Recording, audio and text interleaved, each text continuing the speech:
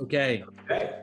Hello and welcome back to part deux with Brian Cohen. So if you haven't listened to Did you say part deux or part deux? part deux, part Part deux. deux. Okay. Yeah, je parle français là. So if you haven't listened to part one, listen to that first or watch it. We're back with Brian Cohen, who is my dear friend and Chairman Emeritus of New York Angels, founder general partner of New York Venture Partners, one of the most active VCs in New York and now around the world, I guess, as New York is everywhere. But let's get into it. So let's pick up where we left off. Brian, as the gentleman that he is, has picked his wife up from the Hampton Jitney, where he's holding court in Southampton right now. So back into some questions, Brian. And thank you again for making time, of course. I love talking to you. Okay. So the 2021 market has been almost nonsensical. Like any rules of how much money the company should be raising given its revenue or stage or whatever. And even you were saying in part one, before part two, that you want to see a 20x. You need to see a path to a 20x multiple for yourself with dilution, and all the things that could come to increase the denominator and your fractional ownership of the company. Maybe I'll ask you the question so you're not boxing yourself out of the current rounds that are happening. That's your opinion that I'm boxing myself out. Well, no. You're not boxing yourself out, because I know you're willing to play in the game of a 20 million, 25 million pre on these early stage companies. But in ancient times of 2 years ago or a year ago, how much money should a company raise? And I'll frame it this way. There's a dilemma of, if I raise too much money in my seed round, I will have sold too much of the company, that when the Series A people arrive, the VCs, they'll see too much dead weight in the cap table, not enough equity to retain and attract talent, as well as potentially another 7 or 8, 9 financings that could come between here and a definitive exit. Very clear.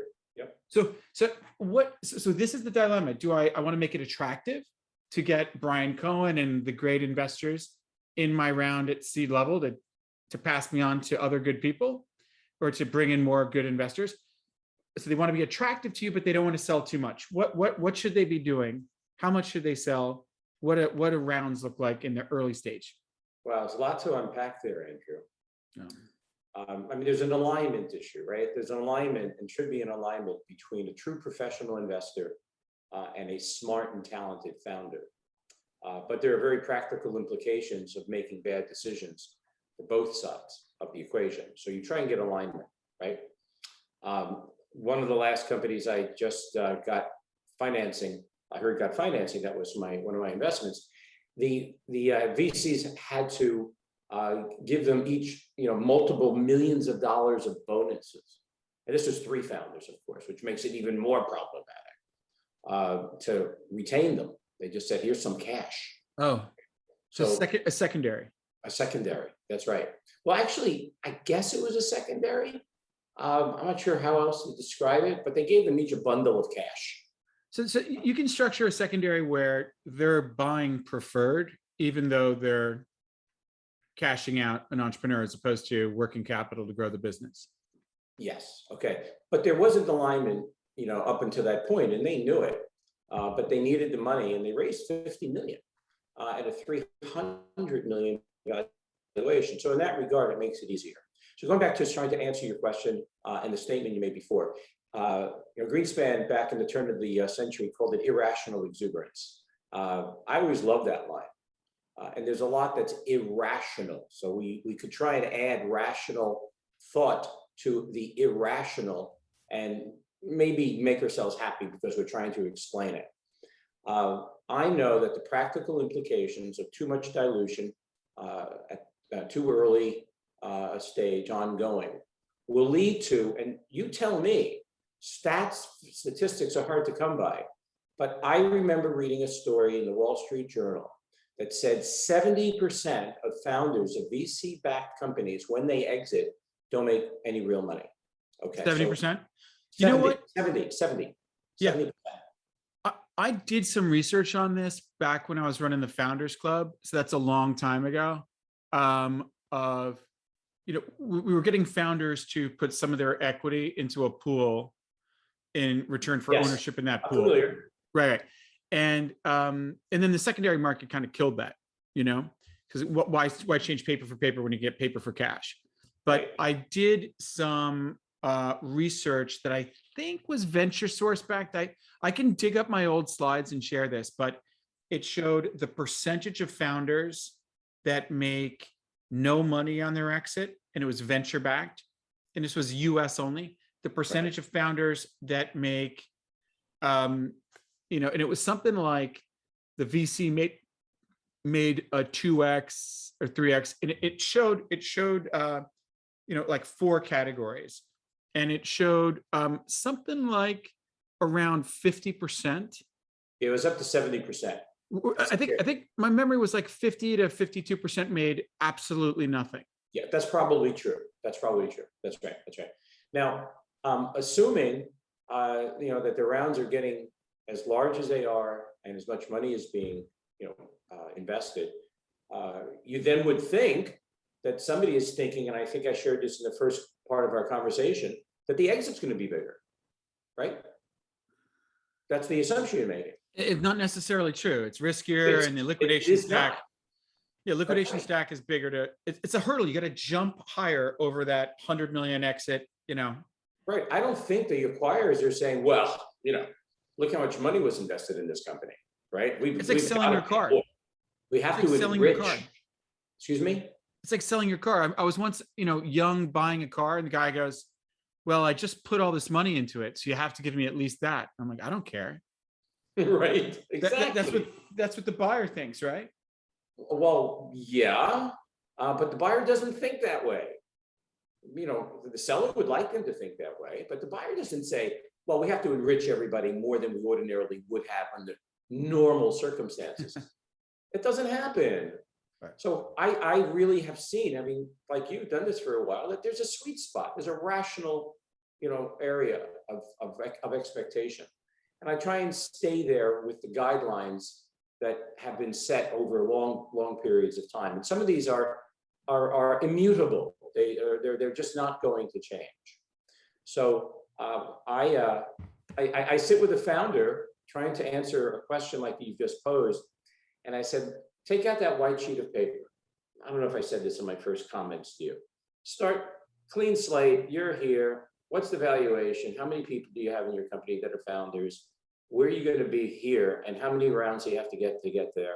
How many dollars do you have to raise? What are the revenue or clicks or whatever the expectations are of reaching each of those rounds? And what are you going to end up with at the end?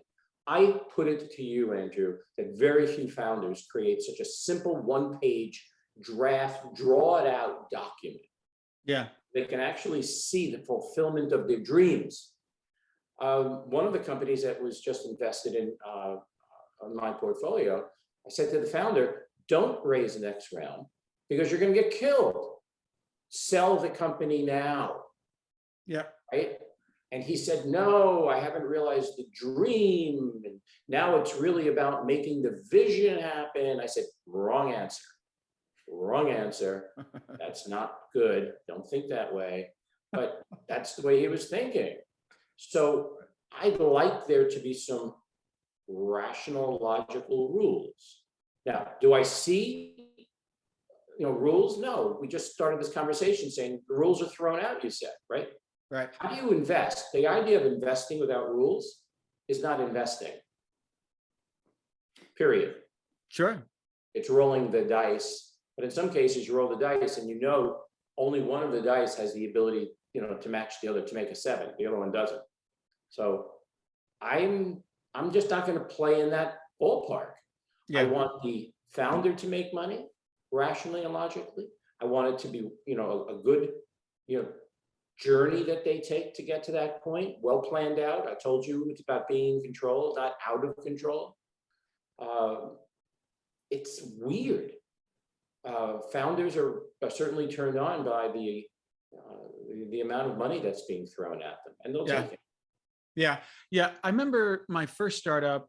It was 1997, and we actually mapped out each financing round and tried to calculate what we would own Right. at an anticipated IPO. And it was, the 90s, everyone's IPOing. No, that's what you need to do. And Well, you we did that actually because got, you're so smart and good looking. That's what it is. right, well, we actually calculated we weren't going to own anything with we're going through, it was telecom. We needed a lot of expensive stuff and network Yes, and hardware.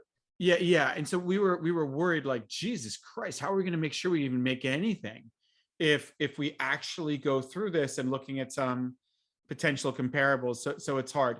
I think if we want to give the listeners something to grip to, like a tree in the middle of a storm to grip to, Ooh, if you can have a third, if you've sold a third or less going into a Series A, then there's no pushback. It's all, easy sailing into the next, depending on how getting many through the next founders you gate. have, right? Depending on how many founders you have. Yeah, and a lot of founders, and it gets a little tough if founders start departing and stuff. But okay, so that's a good baseline for that. And one thing that I don't know if there's a tree there that anybody could hold on to in a stiff wind, but we're attempting to get an answer that makes some sense. This is so hard because there are so many people providing advice to these founders that don't know what they're doing, that don't see the big picture. Lawyers, oh, don't get me started. The lawyers, oh, I'm amazed how few of the lawyers really are experienced. It's the first thing, I ask, who's your lawyer? right. And the founder says, why? You're asking me about who my lawyer is? Oh yeah. I said, yeah, I am. And if they're Right. not, if they're Uncle Harry or someone who's just starting out in this business, I say, don't do it. You'll get what you pay for. I mean, basically, if I don't know the lawyer and you don't know the lawyer, it's probably the wrong lawyer.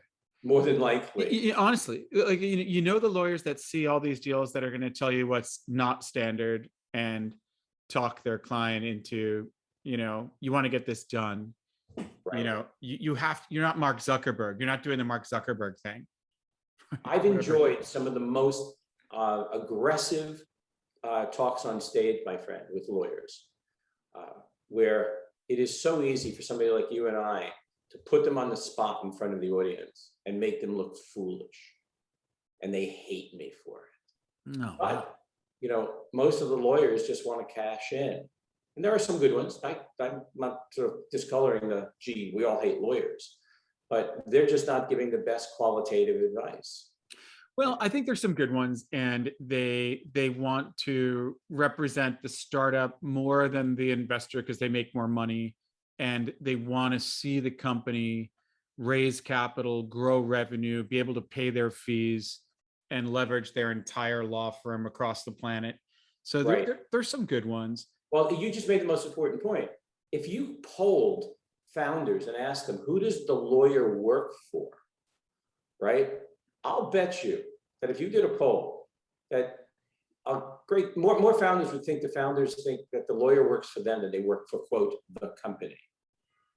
Oh, right. Yeah. I think we did touch on that in part one on making the misunderstanding, or maybe this is another conversation that like a founder was just assuming that the lawyer was his personal lawyer. Correct. When like all of a sudden you see it in the lawyer's eyes. Oh my God, this guy is going to kill me, and he is in the process of killing me. Right. And he's actually programmed like a computer. Look, my father was a lawyer. He was, sometimes we were dealing with like software programming of he's programmed to respond to this with a triggered stored procedure, like out of a relational database. But you said something that I just want to bring out, that like Bill Draper, Tim's father, was really a believer in the partnership between the investor and the startup. Alignment. And the alignment. And I think you bring that, and some investors can be a little antagonistic. Take the board over and sell the company without you knowing, but or being involved in the decision. But like, I like the partnership that you have. And when you are an early investor, your class of shares may to some degree behave the same as the common, with the impact of, do we sell the company now, or do we raise 100 million or 200 million, and we got to sell the company at least for more than that. It changes, the dynamics.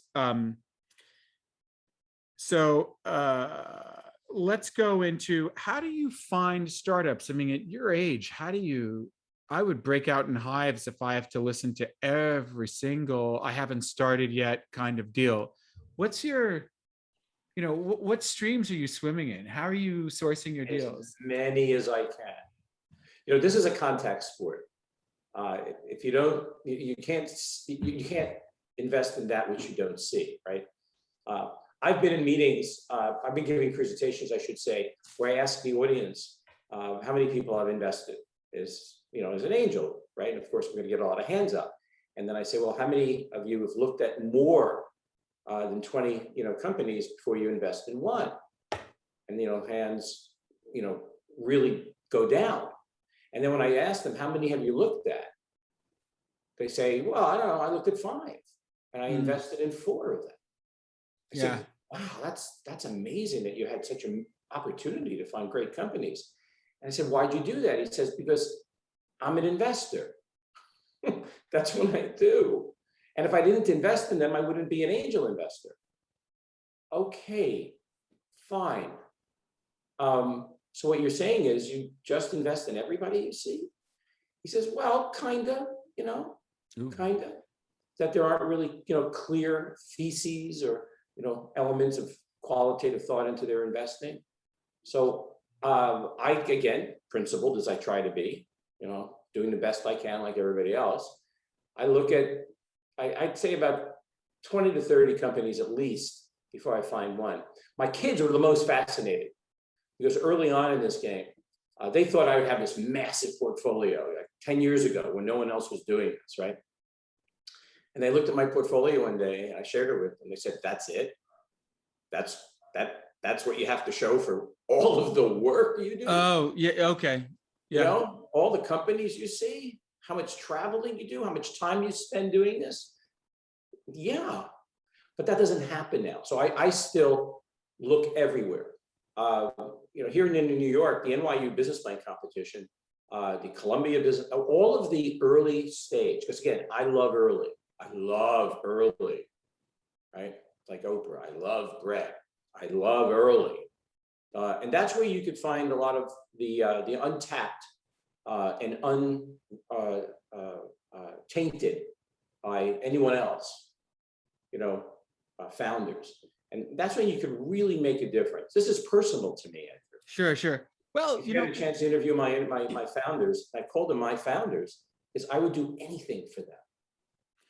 Well, I think when you look at the supersizing, I think the 01 and 08 downturns resulted in larger fund size for the VCs that had been around before. So if you were getting to 3x, your fund went from 250 to 750 to $1 billion. And when they were writing such big checks, the time that they enter the equation, most of the key decisions have already been made.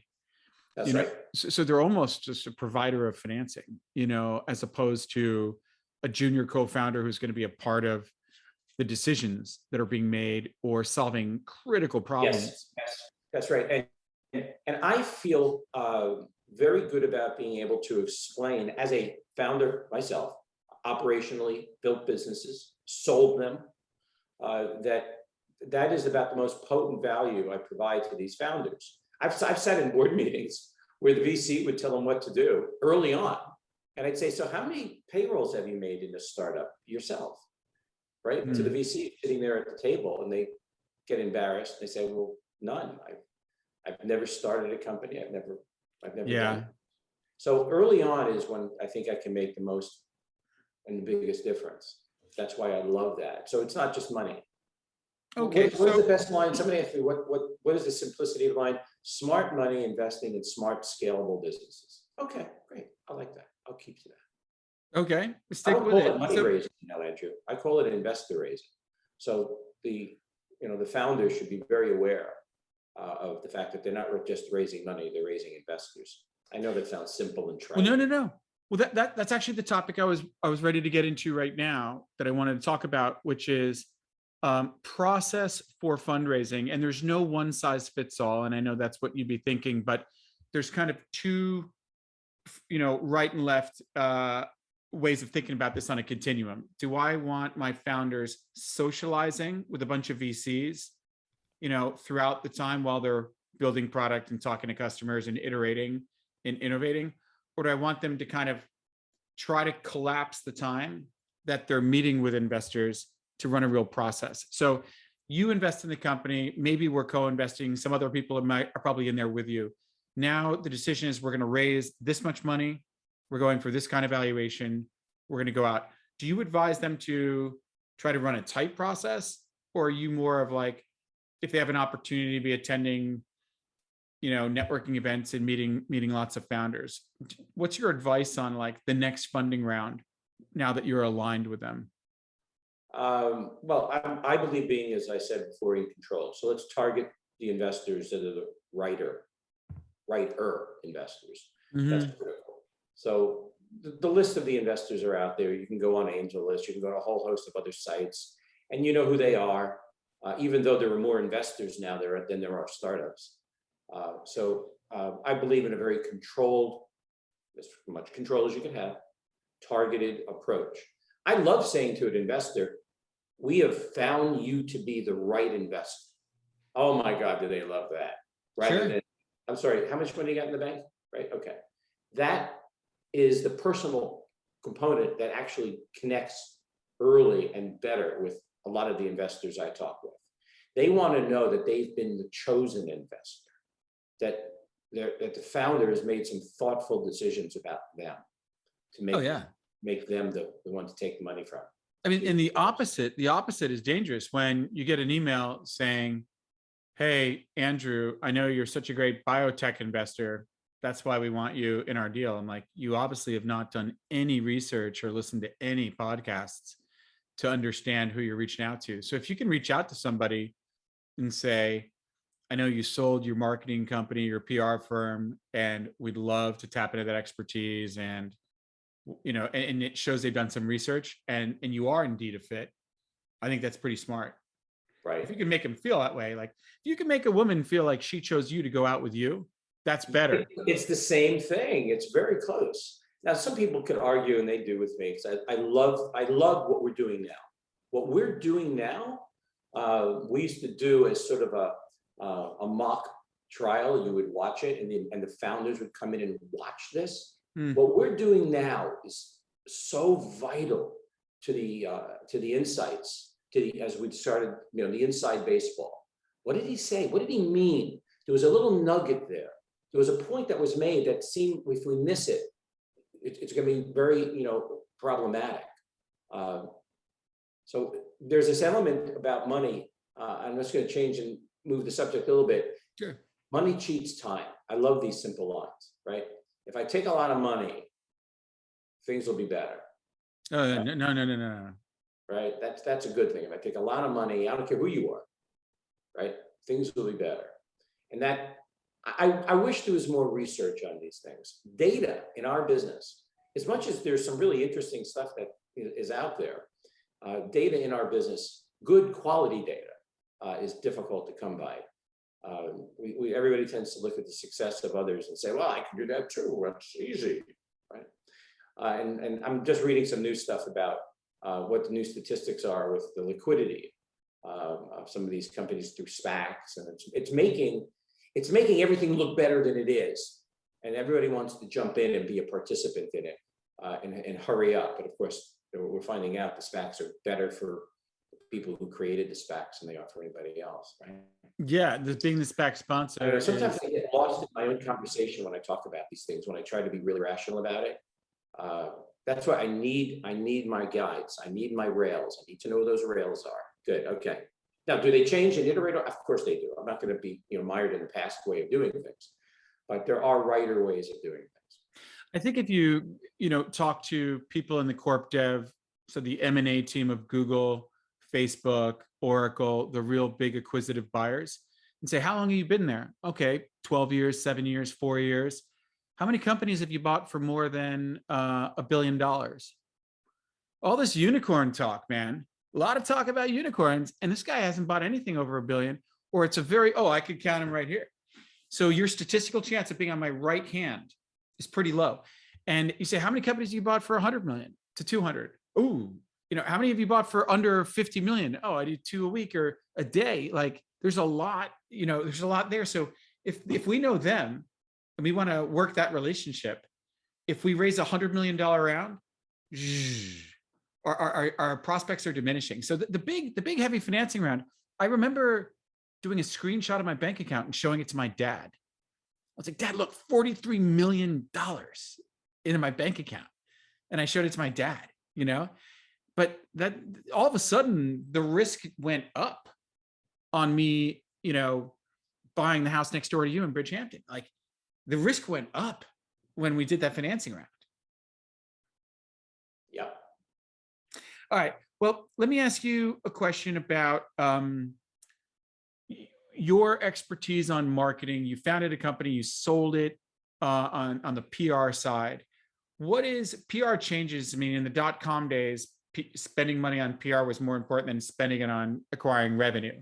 And we lived through that moment and are still in recovery from that. But what general advice do you give to most of your startups that leverages your evolving expertise in that area? So let's be clear. Most people don't even understand what PR is. And unfortunately, neither does the PR industry. They've wrestled with the definition of what PR is. And historically, PR was, who are you talking to? I'll set up the meeting. We'll see what they know, don't know, et cetera. I learned early on what business I was in. And if there was any reason, and Peter Drucker happened to have been an early counsel to me in my early company, and he was, of course, the great guru in management. And he always asked the most powerful question, but yet the simplest: what business are you in? And I always ask that question of the founders. They go, "What? What business are you in? What do you mean? I'm in this business." I said, "Think about it." And they go, "Oh, right. Maybe I'm not." So the nature of business and life is owing to the ability to be simple, get clear. So that's real PR. PR isn't about flailing your hands and talking loud and rowing fast. PR is about clarity, and that means it's about marketing. It's about really knowing what business you're in. So early on in my business career, I was lucky enough to look at one of the great journalists who had just seen one of my clients, John Markoff. And I asked him after we left the meeting with one of my clients, and I'll make this point as simple as I can. Did you understand what he just said? So you're doing your job really well to ask that. Exactly. And he kind of looked at me almost like, what? How dare you? And I said, no, really, did you understand what he said? Yeah. And he said, Brian, I don't have the time. I got 12 other interviews later this afternoon, and I've got to meet my deadlines or write the story. I said, well, there you go. I said, why didn't you understand it? He says, I didn't have time to prepare because you sent me a little thing about what they think they do, but they turn out not to even know what they do. And they don't have clarity about their own business. Yeah. So I understood what business I was in. And that was the more important factor that propelled my business. I was in the understanding business. Yeah. I wasn't in the bridge building business, which people said is PR, right? You get them to go over one bridge and they come over the side and they meet in the middle. No. I was in the understanding business. That changed everything for me, because all of a sudden, every one of my employees had to ask everyone, did you understand what you just said? Did you understand what he just said? Yeah. And that forced my team to ask themselves the same question. Do I understand what they're doing? Constantly whittling away at clarity. So that's marketing to me. Marketing, the ultimate definition of marketing, is that which makes selling unnecessary. If you get there, if you really truly understand what business you're in and you make it simple enough, you're golden. So you asked the question, what should founders do today regarding the world of PR? Just make sure that anybody that you hire isn't more than just a vanity person who, like in the old days of PR, has a Rolodex and says, I'll call Paul, Susan, Harry, Steve, and I'll get you a story. Because after that, it's dry heaves, right? They're out of their Rolodex contacts. After that, you actually have to tell people something that inspires them to write about you. And there are very, very few firms that have the ability to do that. Yeah. And the authenticity also is a problem. People think that the founder should be the only one making any pitches. I think you could lay out the groundwork. If you're really good at it, like I'm describing, you could lay the groundwork for a lot of people so that when the founder does get the connection, they're better, the person that's listening is better prepared. But it's a showtime thing, right? It's da da da da da da da da da. So while there are digital agencies more, PR firms are falling by the wayside because a lot of them aren't studied enough, and also just don't have the time to work with founders. I would have multiple offsite meetings for the founder, chopping away everything that doesn't look like a horse. You know that great line? How does a sculptor build a horse? Oh, They chops carve away away the- everything that doesn't look like it. right. So it's one thing when you get older, my friend, is you have good stories to tell. And hopefully that makes the point. Well, But it there does. I think that it's important to have a session, and I enjoy this. And sometimes you have to stop and smell the flowers in an otherwise stressful, not a lot of time for private family life choice to be a founder or an early stage VC is have a session with everybody, the founders and the early investors or advisors, maybe even your champion customer, and say, what's the one thing about this company that makes us special? What is the core thing? What is the best thing about this company? And then you're chipping away to find the horse. That's and right. then you come up with the clarity of like, so you're saying, like, I tend to say a lot of things. Let's help me distill it down with your advice to help me get it down to 4 things. And let's even get the order of it. So our story with clarity is 1, 2, 3, 4. Stick Done. to that. Done. Yeah. And then, Done. and it's Easier said than done, right? you gotta extract, someone's got to extract that out of the little Steve Jobs. And then once you get it down to 4, you say, we could talk about 7 through 28, but when you get on the phone with Gartner, you're going to tell her just these 4 things. And she's going to walk away knowing these 4 things. So when she writes about you, it's always shocking. They write something about you. We actually do call that, if there's one thing about PR, we actually do call that something. That's called key messages. Okay. Yeah. And get the whole damn firm on it. Like get every employee on to key Everybody's messaging. singing together. Yeah. Beautiful harmony. Okay. Wouldn't that be nice? Well, So Brian, a bit about geography. I mean, I hate the boring question, but people want to know stage. We know what stage you invest at. Your sectors are pretty broad, but just tell us what sectors you invest in and talk about geography. primarily the New York metropolitan area, even though I don't even know what that means anymore. Obviously, I've seen you in jails far outside of New York. Yeah, but everything is everywhere. So no one is actually sitting anywhere that you can identify as where they're from, right? Where they're located. I don't even know, where are you? Where are you? Right now I'm in Austin. You are in Austin, okay. Yeah. But Yeah. where do you identify with? I mean, Silicon Valley is my number 1 market. New York City is my number 2. New York Right. City is more easy to track that they left Manhattan and Brooklyn in March and April. So those that could afford it, like, we were talking the whole time, there's Wall Street South. The nice thing is the network is still there. They're just not in the same place. Well, there's this aspect of the evolution of Gen Z, Gen X, and the new generation, the new founder generation are people of the world, right? Because they travel, or they will, or did. But there's this looseness of where they're from. Well, it depends what day, what week you ask me. I can tell you that. So wherever they may be, we try and stay close to home, even though home is everywhere to some degree, even for me to some degree, but it's more likely in the New York area. Our areas of expertise or interest is in those, consumer types of products. I love that. I love deep tech. So I was a science journalist, and I do want to say something to your listeners. How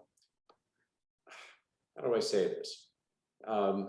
Science journalists are taught to ask questions. Science journalists are taught to interrogate. And you might want to do this research yourself. I love it when both the investor asks good questions and the founder asks good questions as well, right?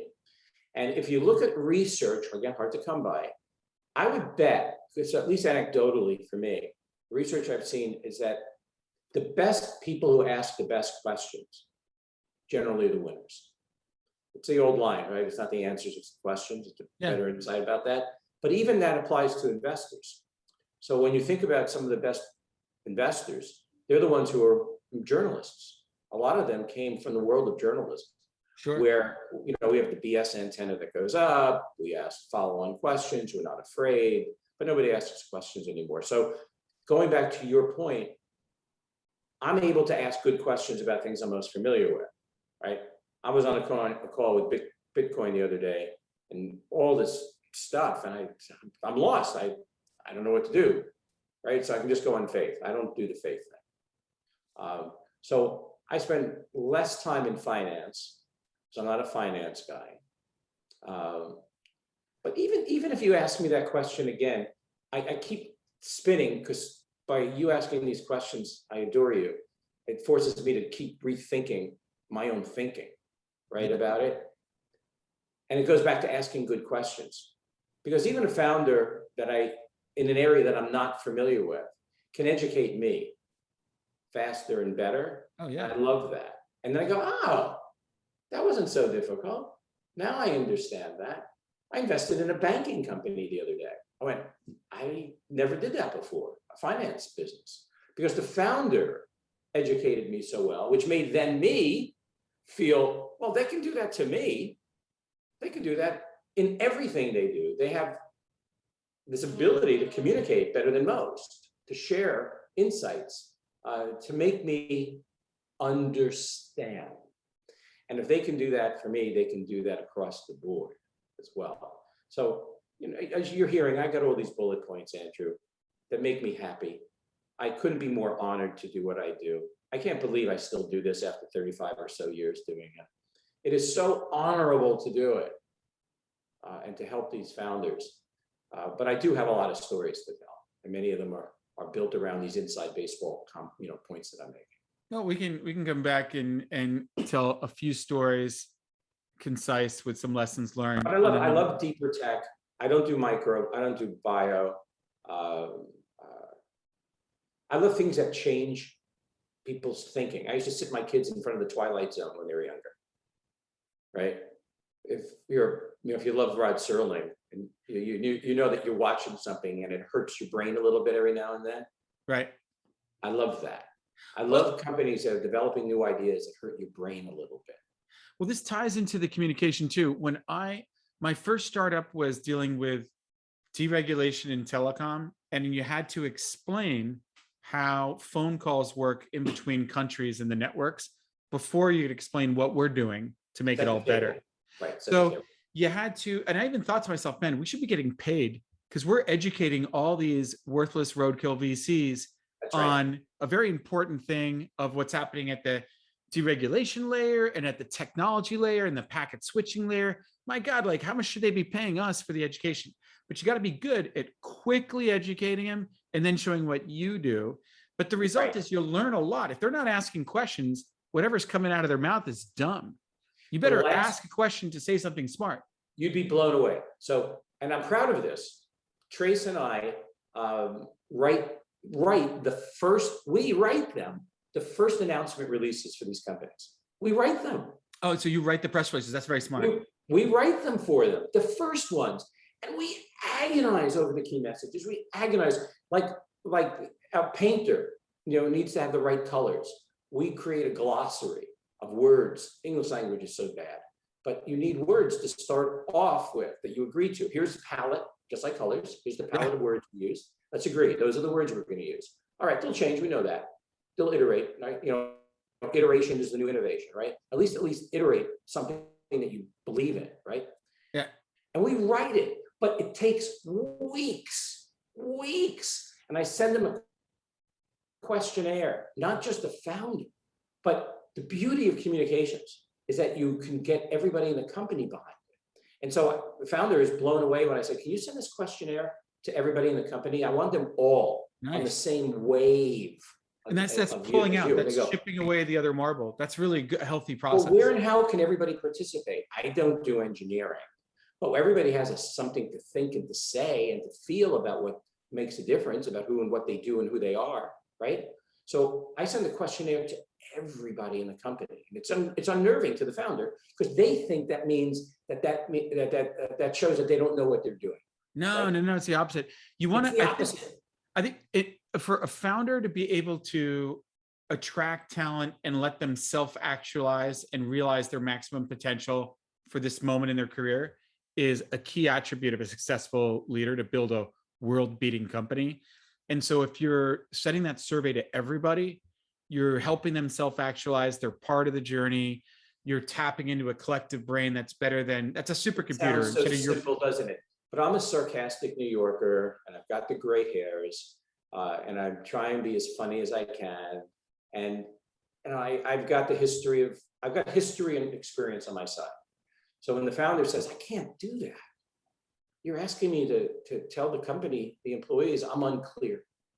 I said, no, you're asking them that you're telling them that they're important, just the opposite. Yeah, we want to make this as good as possible. We want to make this as good as possible. You're part of it. Well, I wish I had you. Wisdom. I would have loved to have had you, Brian, as the first investor in the GTX and helping us with the press releases. And I remember someone saying, like, on the treasure map of telecom, whatever startups, we put an X on this company. That was part of like Kandinsky has his repertoire to pull from. You know, you develop a repertoire of things to pull from. Okay, so I want to add one more thing. Go ahead. What are the things that kills a founder's company? What is the things that kill a company? Again, this is just based on experience. Two things, only two, just two: ego and greed. That's it. If they can keep ego and greed in check as a founder, they're golden. Just put it outside the door, close the door, ego and greed's outside. Now we can talk. Yeah. I mean, it's hard to chip through the cement helmet if those two things are getting out of control. That's right. You know, in there. All right, so let's talk a little bit about exits, but let's ease into it with talking about secondaries. So secondaries have evolved a lot over the years. What's for you and Trace, since you're managing your own evergreen book of money, like Fabrice Grinda, who I'm sure you know really well. He's great. Yeah, he's amazing. He was saying, he's like, you know, we kind of feel compelled to sell a little bit because it frees up cash to keep the disco open, you know? So if I sell a little bit of this, my God, if I'm writing 50K, 100K checks or 500K checks, I just got myself a whole new set of chips to go back into the casino with. So what are so you have a different perspective, probably. Yeah, I don't sell. You never sell. No. You never sell. I keep the chips on the table. I go long, and the founders love me for it. Okay. All about the founder. Wait a minute, I'm selling now. Obviously, you better have more chips, you know, back home, right? But I'm long in. I'm going for the goal. I'm going for the goal. I'm not selling at the 50, 60 yard line. I'm all in. So I don't do that. Okay. All right. And that continues. Do you know what it's like to go up to the founder and say, I'm sorry, I'm not selling. I think there's a lot more runway for you. And the founder goes, thank you. Okay. Well, I mean, sometimes the founder is like trying to create some inventory for some percentage target, greedy, large pool investor coming in. And so it's not a betrayal, in my opinion. And I think that for someone like you, we could talk about it over our next dinner, but like, you know, what can you make in this investment from now to the end? It's another 2x, which makes your 50x 100x, and you don't want to sell at 50x, you want to get 100. But on the other hand, a 2x recycled into more 50x 100x's, you know, could work into your thinking at some point. But again, it all depends how much gunpowder you got. Yeah. Okay. And it sounds like there's powder there. So right. If you have more powder, it's not an issue. So let's talk about exit. When it does exit, you got a lot more gunpowder. So okay, it works for me, right? I'm not the quant. I'm not analyzing that much. I'm just in it for the long term. Okay, so that's kind of a Buffett mentality. Okay, so let's talk about where do exits come from. So, Daddy, where do exits come from? What form do they come in? Every board meeting of all the young companies, and I've really been roasted on this. I ask at the earliest stages, what's the exit look like? And people go, what are you doing, Brian? You're asking a first-time early founder about his or her exit? I go, yeah, because that helps them with their business. And I explain to them that if they identify early who they think will buy them, you know what they end up doing? They're going after that person's customers. They're much more focused on who they need to sell. Oh, well, what is that old line? If you're going to catch a mouse, you got to look like a piece of cheese, right? So, okay, I want you to look like a piece of cheese. So if I'm concentrating on the purchaser's customer, well, it gives me focus. I can sell anybody, but wait a minute, I can sell my purchaser's customers. I'm going to do that first. So I'm thinking about the exit. So I'm thinking about who's going to buy me. It's really straightforward to me like that. And there's always the argument, companies don't, get sold, they get bought. I go, no, I don't agree.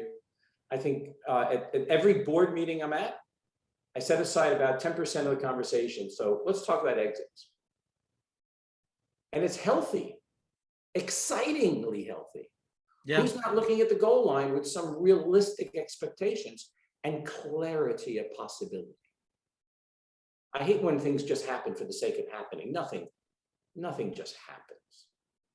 It's good to know that there's some level of control and thought about what you expect to happen. Okay. And with taking secondaries off the table for you, and with all these exits you've had over such a wide number of investments, what percentage of them have fallen into which bucket? Like M&A, IPO? Oh, I think it's pretty standard. 95% M&A. Right. I think it's important for people to hear that, the large, not just majority, almost all positive outcomes for a venture-backed company go M&A. But go ahead. Yeah. So again, that's an important statistic, but nobody knows what the real stats are. Everybody has this expectation now that I'll be an IPO. Okay, fine. I hear you, because it looks like everybody does that. Everybody IPOs. But the statistic, I believe, hard to come by again, you could do the research, you're a lot smarter than I am. I believe that 95%, if not more, of the exits for M&A are under $200 million. Yeah, which shows the dangers of raising the big round. Yes. To appease the big fund, who may have been taking board seats along the way. That's right. Yeah. Yep. It's nice to look at the end so you could understand the beginning. Yeah, absolutely. And to back your way into, you said before, I want to have a minimum 20x here. So if you start looking at the tea leaves of showing like, well, we're just not going to get to that, maybe I should sit this one out. If that's what an exit looks like for a company like this. And you're learning, because everything's new. What about SPACs? So New York has probably got the most people walking the streets as these SPAC sponsors that are probably making the most money, you were saying, as opposed to everybody else. Yeah, they make immediate 20%, sure. So how do you tell the difference between one or the other? I mean, like if you're looking at seed investors, Brian Cohen, different than this other seed investor, what's your advice to the company that's entertaining getting de-SPACed? I don't know if I could really be the person to ask that question of. I mean, they're certainly driven by greed to a great extent. How fast can I get my money out? Because that's the whole idea of a SPAC, right? Let's set you up. Let's put you at the starting line for the SPAC. Let's SPAC you. It's a verb. Let's get SPACed. I don't know. I haven't really thought about that kind of advice. Okay. I think it's you need the money. You want to get SPAC as soon as possible. Yeah, I think more demand for the finite supply of a company we invested in is a good thing. And if there's more options on the table, it's a good thing. I think the IPO market has to some extent been closed since 2001. And if this is a way of prying the door open so that someone has a currency to buy someone else without just cash, or their mystery, privately held stock, it's probably good for the overall capital markets. But you should do a series on all the researchers and try and document at all these stats, really. Crunchbase does a good job. Others are doing a good job of trying to sort of analyze things. But I wish there was just one fact sheet, just one simple fact sheet that really described what and where things stand on things. Everybody could argue about it and learn something from it. But then all these relationships would mean less. So, being able to find out directly from the people doing stuff. Yes, and they're also confusing as I am too. Sure. So why don't we end on a positive note? So the media is so what bleeds leads and making us think the world's a terrible place, but there's a lot of reasons to be optimistic. What are you optimistic about? I'm so incredibly glad that you're you and that you decided to ask that question. Every now and then, life, people, society gets shaken up. And some of that shaking is necessary.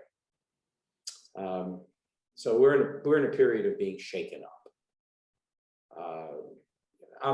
When people ask me what my politics are, I say entrepreneur. When people ask me what my religion is, I say entrepreneur. I wish those could be religions, and I wish those could be a politic, because they're so deep and meaningful. But when everybody has difference of opinion and thought, you get what we've got now. Just this craziness, this absurdness, this lack of listening. But ending on a positive note, you and I spend more time with young people. You and I spend a lot more time in universities, where my son and his friends look at all of this and they go, that's them. That's not us. That's a lot of older people yelling, screaming, fighting, championing, but it's not a lot of the young people. So I see and hear when I go to these competitions, the diversity. Oh my God, did he use that word, diversity? Somebody said to me, I don't really care about diversity of people. I just care about diversity of opinion. I said, okay, I'm not talking to you anymore. Right? So it's just a way of shutting out something that they should be aware of, right? Right. So I'm an optimist. Sometimes my wife calls me a silly optimist because I want to be optimistic. I'm hopefully optimistic, right? But I know that because the kids are. The kids are all hopefully optimistic. And I'm siding with them because after everything is said and done, the shaking will stop. The pendulum will find its equilibrium for some period of time until something else is going to throw people over the edge again, and it'll get shaken up again, as it's always gotten through the history of time. But it's really about the younger generation, which gives me incredible positive, feelings about the fact that they don't even think about these things that people talk about so much in the media and the press. They're thinking about a lot of new ways of thinking that we just don't necessarily understand. So I'm very positive. Okay, my friend. Well, listen, thank you so much for your time, generous wisdom. I miss you. We should do another session sometime and actually just tell 2 stories or 1 story. Keep it really short. It'd be really fun. Together, remember? We early on, we talked about going on the road together. Oh yeah. We could talk together. We can do it. That would be so much fun. That would be great. Be like the new Dean Martin and Jerry Lewis, right? Well, I'll tell you, after spending most of my life in Silicon Valley and then New York being our other office for the last 14 years or whatever it's been, I'm excited about being in Austin and saying I can fly anywhere. I don't just have to, like a lot of New Yorkers say, oh, I'm down in Miami, but I'll be in New York once a month.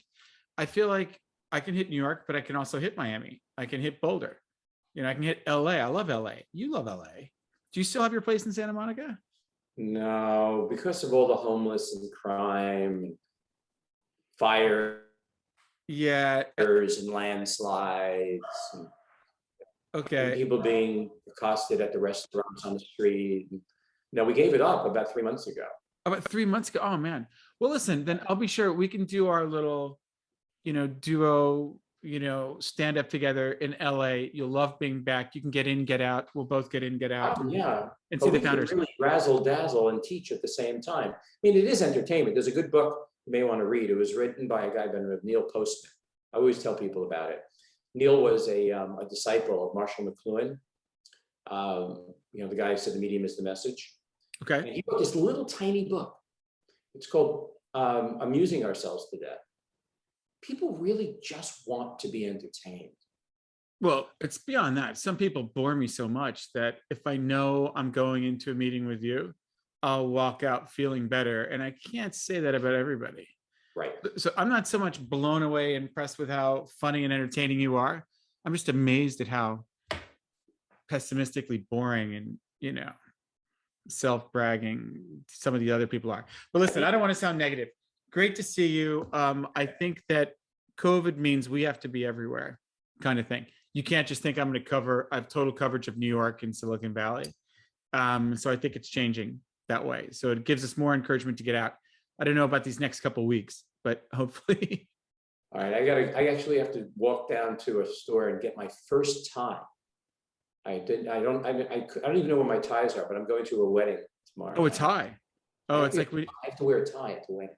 Okay, don't forget how to tie it. So I have to remember again. Yeah, it's like in London. That's happened to me in London. Like the guy gives me a tie, and I was like, "Oops!" Or right. University Club in New York. So it's muscle memory. So okay, my friend. All right. Be well. Thanks again. Big digital hug. Okay. See you for now. Bye. Bye.